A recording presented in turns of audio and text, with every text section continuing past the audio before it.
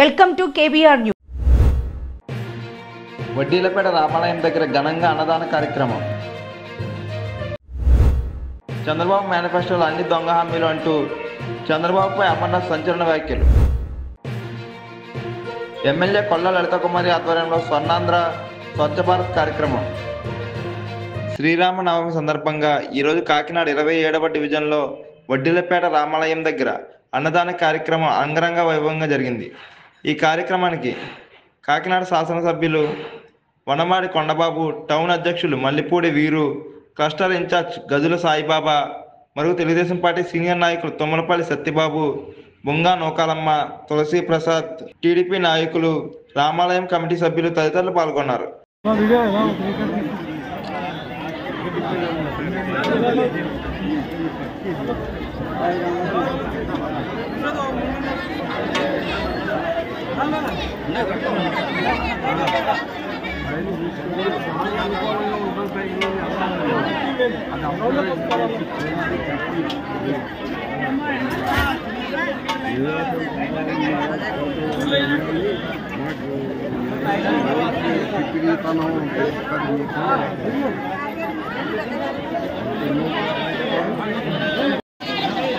ఇక్కడికి ఇచ్చేసినటువంటి అన్న ప్రసాదం చేసినటువంటి భక్తులందరికీ కూడా మనమే దయచేసి ఆ మేయర్ పీఠం నుంచి దించేయాలని, తద్వారా మరో 11 నెలల పాటు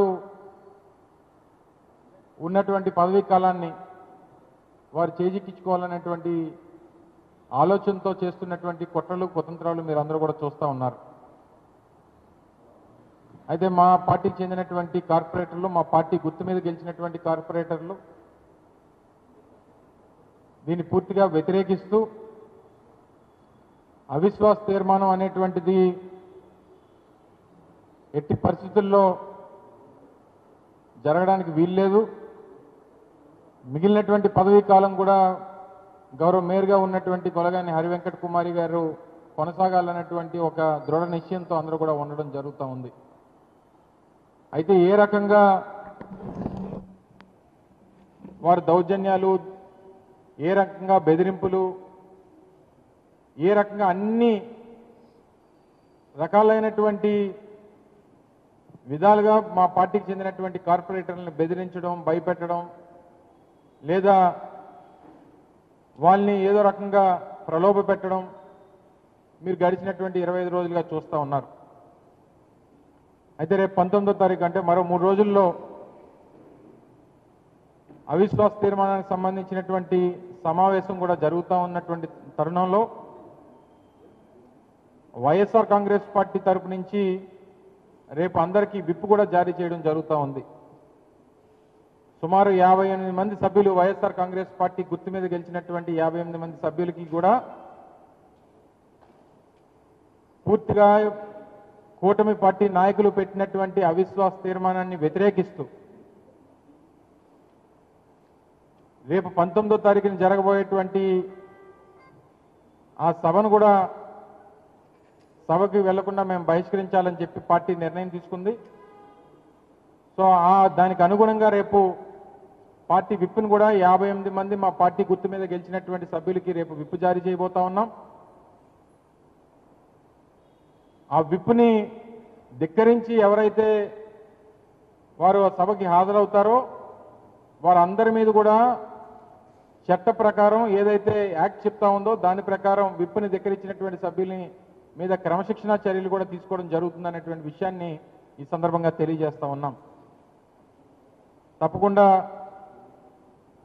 రానటువంటి మిగిలినటువంటి కాలం కూడా గౌరవ మేయర్ గారు హరివెంకట కుమారి గారే కొనసాగుతారు. దానికి కావాల్సినటువంటి బలం, దానికి కావాల్సినటువంటి సంఖ్య వైఎస్ఆర్ కాంగ్రెస్ పార్టీ దగ్గర ఉంది. ఎవరు ఏది చేసినా గతంలో చంద్రబాబు నాయుడు గారు 95వ సంవత్సరంలో చేసినటువంటి వైస్రాయ్ రాజకీయం దయచేసి ఇక్కడ చేయొద్దని చెప్పి కోరుతా ఉన్నాం. బలం లేనప్పటికీ మా దగ్గర ఎంతమంది ఉన్నారో అంతమంది ఉన్నారు, మీరు వచ్చేయండి అని చెప్పి మీరు చేస్తున్నటువంటి బెదిరింపులు, దౌర్జన్యాలు, ప్రలోభాలు ఇక కొనసాగడానికి వీల్లేదు. ఇప్పటికన్నా మీరు మీ పద్ధతి మార్చుకుంటే మంచిది అనేటువంటి విషయాన్ని ఈ సందర్భంగా తెలియజేసుకుంటూ ముఖ్యంగా విశాఖపట్నం నగర ప్రజలందరినీ కూడా అభ్యర్థిస్తూ ఉన్నాం. దయచేసి మీరు అందరూ కూడా జరుగుతున్నటువంటి రాజకీయ పరిణామాన్ని మీరు గమనించండి. రాష్ట్రంలో వారి పార్టీ అధికారంలో ఉందనేటువంటి ఏకైక ఉద్దేశంతో ఈ తప్పుడు నిర్ణయాలకి తప్పుడు చర్యలకి వారు ముందుకెళ్తా ఉన్నారు. ప్రజల తాలూకు మ్యాండేట్ 5 సంవత్సరాల పాటు మా మేయర్ గారు కొనసాగాలని చెప్పి ఆ రోజు 2021 సంవత్సరంలో వారు మ్యాండేట్ ఇచ్చారు. దాని ప్రకారంగానే ప్రజాస్వామ్యబద్ధంగా జరగాలి తప్ప ఈ రకమైనటువంటి తప్పుడు విధానంలో వారు పీఠాన్ని చేజిక్కించుకోవాలనేటువంటి ప్రయత్నం మానుకుంటే మంచిదనేటువంటి విషయాన్ని మరొకసారి ఈ సందర్భంగా తెలియజేసుకుంటూ రేపు అందరికీ కూడా మా పార్టీ గుర్తు మీద గెలిచినటువంటి మా పార్టీ కార్పొరేటర్లందరికీ కూడా రేపు విప్ జారీ చేయబోతా ఉన్నాం. 19వ తారీఖున జరగబోయేటువంటి అవిశ్వాస తీర్మానం మీద జరగబోయేటువంటి ఆ ప్రత్యేక సమావేశాన్ని వైఎస్ఆర్ కాంగ్రెస్ పార్టీ బహిష్కరిస్తుందనేటువంటి విషయాన్ని ఈ సందర్భంగా మీ ద్వారా ప్రజలకు తెలియజేస్తూ దానికి అనుగుణంగానే రేపు మా పార్టీ సభ్యులందరికీ కూడా విప్ జారీ చేయబోతున్నాం అని చెప్పి మీకు తెలియజేసుకుంటూ మరి ఇప్పుడు గౌరవ మేయర్ గారు వారి అభిప్రాయాన్ని కూడా మీ ద్వారా విశాఖపట్నం నగర ప్రజలందరూ కూడా తెలియజేయాలనేటువంటి ఉద్దేశంతో వారు కూడా మాట్లాడతారు. దయచేసి వారిని మాట్లాడాల్సిందిగా కోరుతా ఉన్నాం.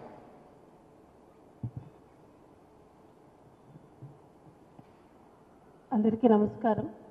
ఈరోజు ఈ ప్రెస్ మీట్ కార్యక్రమానికి జిల్లా అధ్యక్షులు అమర్ గారు, అలాగే ధర్మశ్రీ గారు, తైనాల విజయ్ కుమార్ గారు, గొల్లప్పారావు గారు అండ్ పల్లదుర్గ గారు, ప్రింట్ అండ్ ఎలక్ట్రానిక్ మీడియా మీ అందరికీ కూడా నమస్కారములు తెలియజేసుకుంటూ, మీ అందరికీ తెలుసు గత కొన్ని రోజుల క్రితము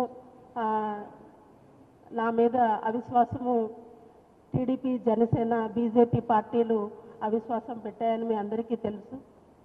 ముఖ్యంగా చెప్పాలి అంటే గత 4 సంవత్సరాల క్రితము అప్పటి ముఖ్యమంత్రి శ్రీ వైఎస్ జగన్మోహన్ రెడ్డి గారు గ్రేటర్ విశాఖ మున్సిపల్ కార్పొరేషన్కి యాదవ కమ్యూనిటీకి చెందిన ఒక బీసీ మహిళకు అవకాశము ఇవ్వడం జరిగింది. అంటే బీసీ జనరల్ అయినప్పటికీ కూడా మహిళకే అక్కడ ప్రాధాన్యత ఇవ్వడం జరిగింది.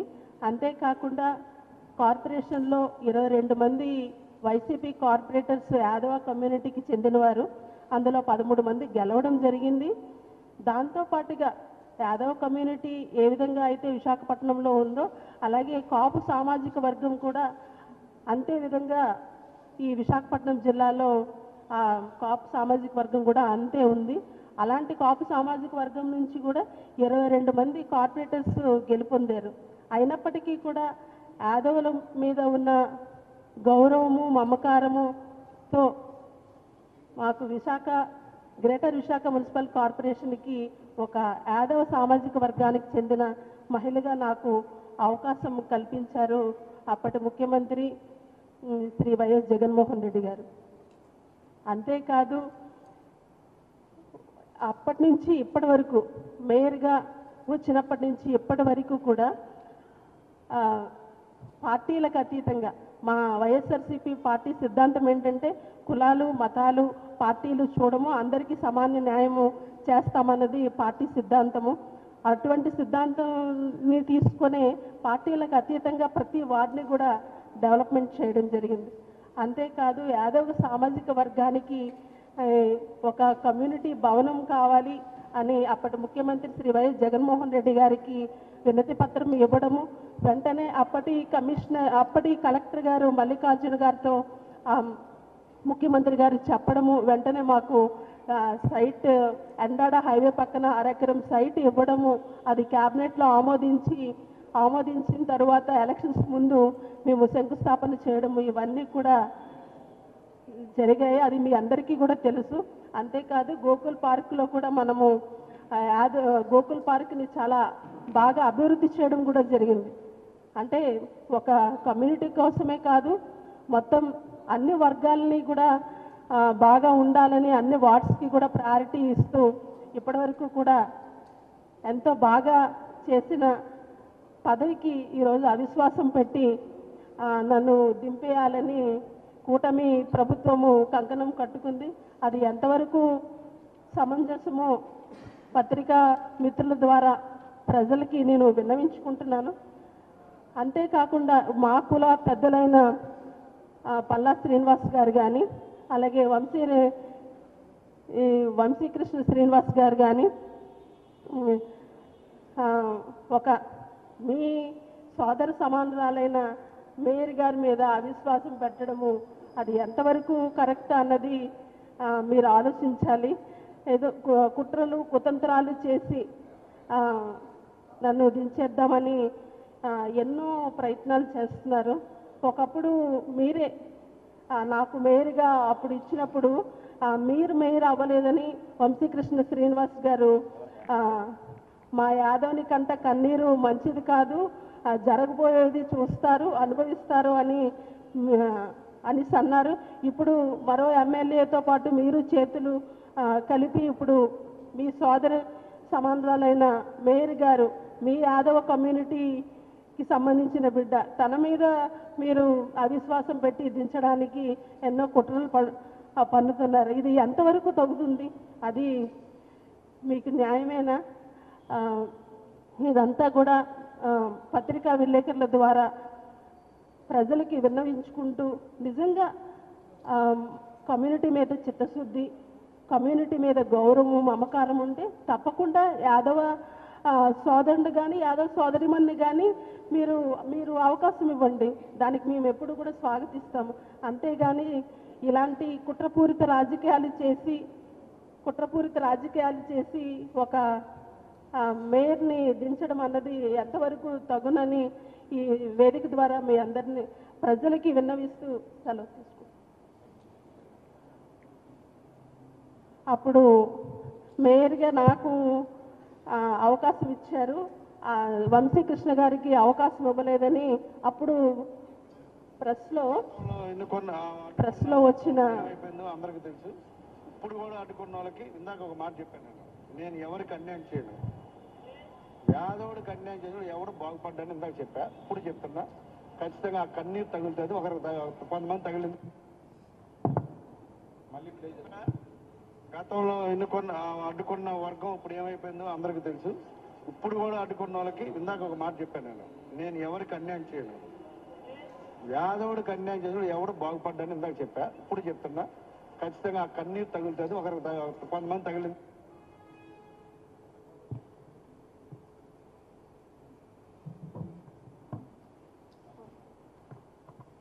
ధర్మశ్రీ గారు.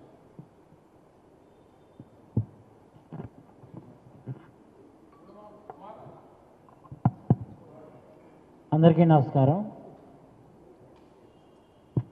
గత కొన్ని రోజులుగా కూటమి ప్రభుత్వం కుట్ర రాజకీయాలు చేస్తూ నిజాయితీగా నీతిగా పనిచేస్తున్నటువంటి గొలగాని హరి వెంకటకుమారి మేయర్ గారిపై అవిశ్వాసం ప్రకటించడం చాలా చాలా అన్యాయం. బలహీన వర్గాలని ఉన్నత స్థాయిలో నిలబెట్టాలని, ముఖ్యంగా యాదవ్ కులానికి తగు ప్రాధాన్యత ఇవ్వాలని నాటి ముఖ్యమంత్రి జగన్మోహన్ రెడ్డి గారు నిర్ణయం తీసుకోవడంలో భాగంగా మిగిలినటువంటి సామాజిక వర్గాలందరితో కూడా చర్చించి అందరికీ ఆమోదయోగ్యమైనటువంటి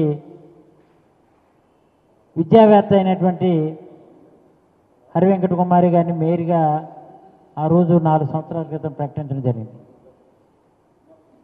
జగన్మోహన్ రెడ్డి గారు ముఖ్యమంత్రిగా ఏ నమ్మకంతో అవకాశం కల్పించారో మేయర్గా తన విద్యుత్ ధర్మాన్ని నీతిగా నిజాయితీగా చేస్తున్నా, ఇది ప్రతిపక్షంగా ఉన్నటువంటి మా వైసీపీ పార్టీకి మంచి గౌరవం ప్రతిష్ట పెరుగుతుందనే భయంతో, రేపు మళ్ళీ టీడీపీ అడ్రస్లు గల్లంతైపోతాయని భయంతో మొత్తం కార్పొరేషన్ వ్యవస్థను అంతటిని కూడా కొల్లగొట్టాలని, కార్పొరేషన్ నిధులను కూడా తెలుగు తమ్ములకు పనిచేయాలని ఎన్నో కుట్ర రాజకీయాలు చేస్తుంది కూటమి ప్రభుత్వం, ముఖ్యంగా తెలుగుదేశం జనసేన నాయకులందరూ కూడా. ఈ విశాఖ ప్రజలందరూ కూడా, నగర ప్రజలందరూ కూడా ఈ విషయాన్ని గమనించాలి. తల క్రిందకు పెట్టి కాళ్ళు పైకి పెట్టి తపస్సు చేసినా మాకు కావలసినంత సంఖ్యాబలం పరిపూర్ణంగా ఉంది. అవిశ్వాసం వీగిపోవడం ఖాయం. రేపు డెఫినెట్గా వాళ్ళు ఏదైతే కుయుక్తులు పొందుతున్నారో అధికార బలంతో కుట్ర రాజకీయాలు చేస్తూ మా పార్టీ నుంచి గెలిచినటువంటి వాళ్ళందరినీ కూడా భయభ్రాంతులకు గురి చేస్తూ ధనబలంతోటో వ్యాపారాల మీద ఏదో రకంగా జులం ప్రకటిస్తూ మీకు ఇల్లుకేమో లైసెన్స్ లేదని ఒక పక్క, షాప్కి లైసెన్స్ లేదని ఒక పక్క, అప్రూవల్ లేదని ఒక పక్క, 20 సంవత్సరాల క్రితం కట్టినటువంటి ఇల్లులు కూడా ఈరోజేమో మళ్ళీ బనాయించి పన్నులు వేస్తాను ఒక పక్క, వ్యాపారాలు సాగనివ్వను ఒక పక్క భయభ్రాంతులు గురి చేస్తూ కొంతమందిని మభ్యపెట్టే కార్యక్రమం చేస్తూ 11 నుంచి 15 మంది వరకు కూడా డిప్యూటీ మేయర్లు మేమే ఇచ్చేస్తామని చెప్పడం, అలా ప్రలోభపెట్టి తీసుకెళ్ళడం, అది ఎంతవరకు సమంజసమో నగర ప్రజలు కూడా గమనించాలి. డెఫినెట్గా ఈరోజు చెప్తున్నాం, ఎవరు ఎన్ని అనుకున్నా సరే హరివెంకట కుమారి గారు మేయర్ గారు తప్పనిసరిగా మరో 11 మాసాలు అంటే 5 సంవత్సరాలు కంప్లీట్గా పదవి కాలం సంపూర్ణంగా ఆవిడ పూర్తి చేసి విజయం సాధించడం జరుగుతుంది. వీళ్ళు ఏంటంటే కావాలని చేస్తున్నటువంటి కార్యక్రమంలో భాగంగా మా పార్టీ అధ్యక్షులైనటువంటి అమర్నాథ్ కూడా ఇప్పుడే చెప్పడం జరిగింది. విప్పు జారీ చేస్తున్నాం. ఆ రోజు తక్షణమే ఎవరైతే పార్టీకి వ్యతిరేకంగా కానీ మా పార్టీ సభ్యులు 58 మందిలో ఎవరైనా పాల్గొన్నట్లయితే వాళ్ళపై తగు చర్యలు వెంటనే కలెక్టర్ గారు ఎలక్షన్ ఆఫీసర్గా ఆ రోజు సాయంత్రం 5 గంటలకే ఇమీడియట్గా చర్య తీసుకోవాలి. అవసరమైతే లంచ్ మోషన్ మూవ్ చేసినా సరే మరి ఈ విషయంలో అధికార పార్టీకి తొత్తుగా ఏ అధికారులు వాళ్ళు వత్తాసు పలికినా వాళ్ళందరూ కూడా కోర్టులో నిలబెట్టుకోవాల్సినటువంటి పరిస్థితి ఏర్పడుతుంది. కాబట్టి ఈ విషయంలో అధికారులు అధికార పార్టీకి తొత్తులుగా పనిచేయకుండా ఈ అవిశ్వాస తీర్మానం అనేది ఏంటంటే సంఖ్యాబలం లేకపోయినా వాళ్ళు ప్రలోభపెట్టి భయపెట్టి వస్తున్నటువంటి దాన్ని పూర్తిగా ఐడెంటిటీ కార్డులు అన్నీ కూడా వెరిఫై చేసి ఎవరు హాజరవుతున్నారు ఎవరు హాజరవ్వలేదో గమనించి పూర్తిగా ప్రజాస్వామ్యబద్ధంగా రేపు మీరు ఎన్నికల నోటీస్ ఇచ్చినటువంటి 19వ తారీఖున ప్రజాస్వామ్యబద్ధంగా నిర్వహించాలని ఇందులో మా పార్టీకి వ్యతిరేకంగా ఆయన ఎవరు పాల్గొన్న వాళ్ళపై తగు చర్యలు వెంటనే తీసుకోవాలని మీడియా ముఖంగా ఈరోజు తెలియజేసుకుంటూ సెలవు తీసుకుంటున్నాను. విజయ్ కుమార్ గారు. పత్రికే మిత్రులకు నమస్కారం. గౌరవ మేయర్ గారు, మాజీ మంత్రి వైల అమర్నాథ్ గారు, మాజీ ప్రభుత్వ ప్రధానమంత్రి గారు మా విషయాలు మాట్లాడడం జరిగింది.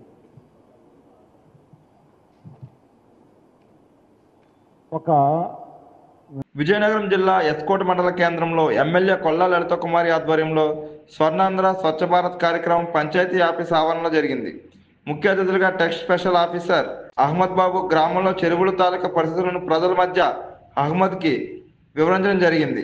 అలాగే ప్రతి ఇంట్లో ఎలక్ట్రానిక్ వస్తువులు, ఎలక్ట్రికల్ వస్తువులు ఏమైనా సరే చెడిపోయినా వాటిని వ్యర్థ పదార్థాలుగా పారేయకుండా తగు జాగ్రత్తలు ప్రతి ఒక్కరూ కూడా తీసుకోవాలని ఎమ్మెల్యే కొల్లా లలిత కుమారి ప్రజలకు వివరించారు. ఇక్కడ ఉన్న ఆల్ డిపార్ట్మెంట్స్ ప్రభుత్వ అధికారులకు, ప్రజాప్రతినిధులకు, పాత్రికేయ సోదరులకు, ముందు ఉన్న ఎస్కోట టౌన్ నా నియోజకవర్గ మహిళా అక్క చెల్లెమ్మలకు, నా సోదరులకు, అలాగే రాష్ట్రం కూడా కొంత అభివృద్ధికి పనిచేయాల్సిన బాధ్యత నాపై ఉంది. నేను చెప్పేది ఏంటంటే ఈ స్వచ్ఛ ఆంధ్రలో భాగంగానే తమకి రిక్వెస్ట్ సాగింది. ఎందుకంటే వర్షం పడితే ఆ గడ్డ నుంచి వాటర్ అంతా కూడా మరి పారుతూ అనేక ఇబ్బందులు పడుతున్నాం. మేము కూడా కొన్ని పద్ధతులుగా వెళ్తే బాగున్నాం. ఎవరైనా చనిపోయినా లేకపోతే వివిధ వస్తువులు తీసుకెళ్ళి మరి ఉండలేదని చెప్పేస్తాం సార్. ఆ చెరువులో పడేయడం వల్ల కూడా ఆ జగ్గు చెరువు అనేది మేము పూడిక తీర్థం తీయలేకపోతున్నాం. ఇక్కడ మేము ఇక్కడ వర్క్ చేయడానికి లేబర్లు పెట్టినా లేకపోతే నిధులు కేటాయిస్తున్నా మాకు కూడా ఇబ్బంది అవుతుంది. ఆ విషయానికి వచ్చేసరికి ఆ జగ్గు చెరువు అనేది చాలా స్టార్టింగ్ పాయింట్ చాలా టైట్ సార్. పెద్ద జేసీబీలలో ఏదైతే వేస్ట్ వాటర్ ఉందో ఆ హైట్ లో ప్రతి ఇంటిది వేస్ట్ వాటర్ అంతా కూడా డ్రైనేజ్ సిస్టమ్ అంతా చెరువులోకి పట్టడం కూడా జరిగింది. అప్పట్లో మరి పట్టుకున్న ఇల్లు మరి వారుకున్న ప్లేస్ బట్టి కూడా మరి నివాస యోగ్యంగా మరి పట్టుకున్న సందర్భాలు ఉన్నాయి. నేను కోరేది, గతంలో నేను 14-19 నిధులు తీసుకొచ్చాను కూడా చాలా సంతోషం సార్. మరి ప్రజలకి బాధ్యతగా పనిచేయడం కోసం మొన్న ఈ కూటమిలో ప్రతి ఒక్కరు కూడా నన్ను అభిమానించి నడిపించారు. అది నా బాధ్యత. తప్పకుండా ఎస్కో నియోజకవర్గ ప్రజల కోసం ఈ లలితమ్మ బాధ్యతగా పనిచేస్తుందని మొట్టమొదట నా నియోజకవర్గ ప్రజలకు నా యొక్క నమస్కారాలు తెలియజేస్తూ, సార్ ఏం లేదు సార్, నేను 3వసారి ఎమ్మెల్యేగా వచ్చాను. ఇవాళ స్వచ్ఛాంధ్ర కార్యక్రమంలో కూడా ఇంకా నేను చేయాల్సిన పనులు అయితే చాలా ఉన్నాయి. డెవలప్మెంట్ విషయంలో మా సోదరులంతా ఇక్కడ పార్టీలకు అతీతంగా మేమంతా కలిసినట్టుగా LRGS గ్రాంట్స్ లో కానీ, డెవలప్మెంట్ విషయంలో కానీ, వెల్ఫేర్ విషయంలో కానీ గౌరవ ముఖ్యమంత్రి వర్యులు వారి యొక్క ఆదేశాలతో ప్రజా జీవితంలోకి నేను అడుగుపెట్టిన ఒక మహిళ, రాజకీయ కుటుంబం అయిన ఒక మహిళగా నేను బయటకు వచ్చాను. అదేవిధంగా నన్ను కూడా ప్రజలు అభిమానించి నడిపిస్తున్నారు. ఎస్కో టౌన్కి వచ్చేసరికి గ్రామాలంటే కాన్స్టిట్యున్సీ అంతా చేయగలుగుతున్నాం. పాపులేషన్ చూస్తే ఈ మండలం 60,000 జనాభా దాటింది. టౌన్ ఒకటే చూస్తే 30,000 పైన జనాభా ఉన్నారు సార్. మా అందరి కళ, ఇక్కడ ఉన్న మా ప్రజాప్రతినిధులందరి కళ, నేను నా పరిసరాల పరిశుభ్రత వరకు నా వంతు కృషిగా స్వచ్ఛత కార్యక్రమాల వరకు శ్రమదానం చేసి పరిశుభ్రత ఆంధ్రప్రదేశ్ సాధించే సంకల్పానికి కట్టుబడి ఉంటానని ఈ రోజు మనందరూ కలిసి చేయాల్సిన కొన్ని పనులు ఉన్నాయి. అదే ఈ స్వచ్ఛాంధ్ర లాంటి పనులు. ఈ పనులన్నీ చేస్తే మన ఇంట్లో మన పిల్లలు, ఇప్పుడు పిల్లలు స్కూల్ నుంచి వచ్చి రావడం జరిగింది, ఆ పిల్లలకు మంచి అవగాహన ఉంది. ఆ పిల్లలు చెప్పిన విషయాలు మనం నేర్చుకొని మనం పాటించాలని నా అభిప్రాయం. ముఖ్యంగా ఇప్పుడు చూడండి, ఇక్కడ ప్లాస్టిక్ బోట్లు ఇక్కడ పడ్డారు.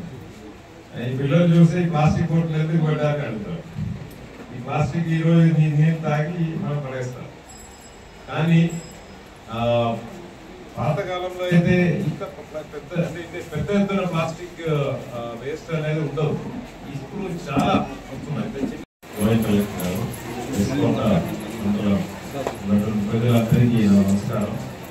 విజయనగరం జిల్లాకు ప్రత్యేక అధికారిగా సీఎం గారు కేటాయించడం జరిగింది.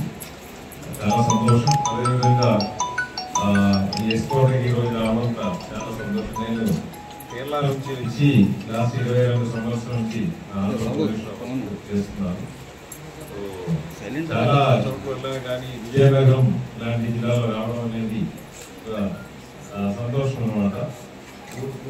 పూర్వకాలంలో మన యునైటెడ్ ఆంధ్రప్రదేశ్ ఉన్నప్పుడు ఆదిలాబాద్ జిల్లా కలెక్టర్గా కూడా పనిచేయడం జరిగింది. అప్పుడు కూడా ఇదే రకంగా బ్లెస్సింగ్స్, హ్యాపీనెస్ ఉండేది. చాలా మంచిది ఈరోజు ఇక్కడ రావడం. ఎమ్మెల్యే గారు ఈరోజు 1-2 అంశాల గురించి చెప్పడం జరిగింది. నా వంతు అమరావతిలో దీనికోసం కృషి చేస్తాం అని అనుకుంటున్నాను. ఇక్కడ నుంచి ప్రపోజల్ వచ్చి అక్కడ సంబంధించినటువంటి డిపార్ట్మెంట్ వాళ్ళతో మాట్లాడి అది కృషి చేయడానికి నేను కూడా కృషి చేస్తానని హామీ. అదే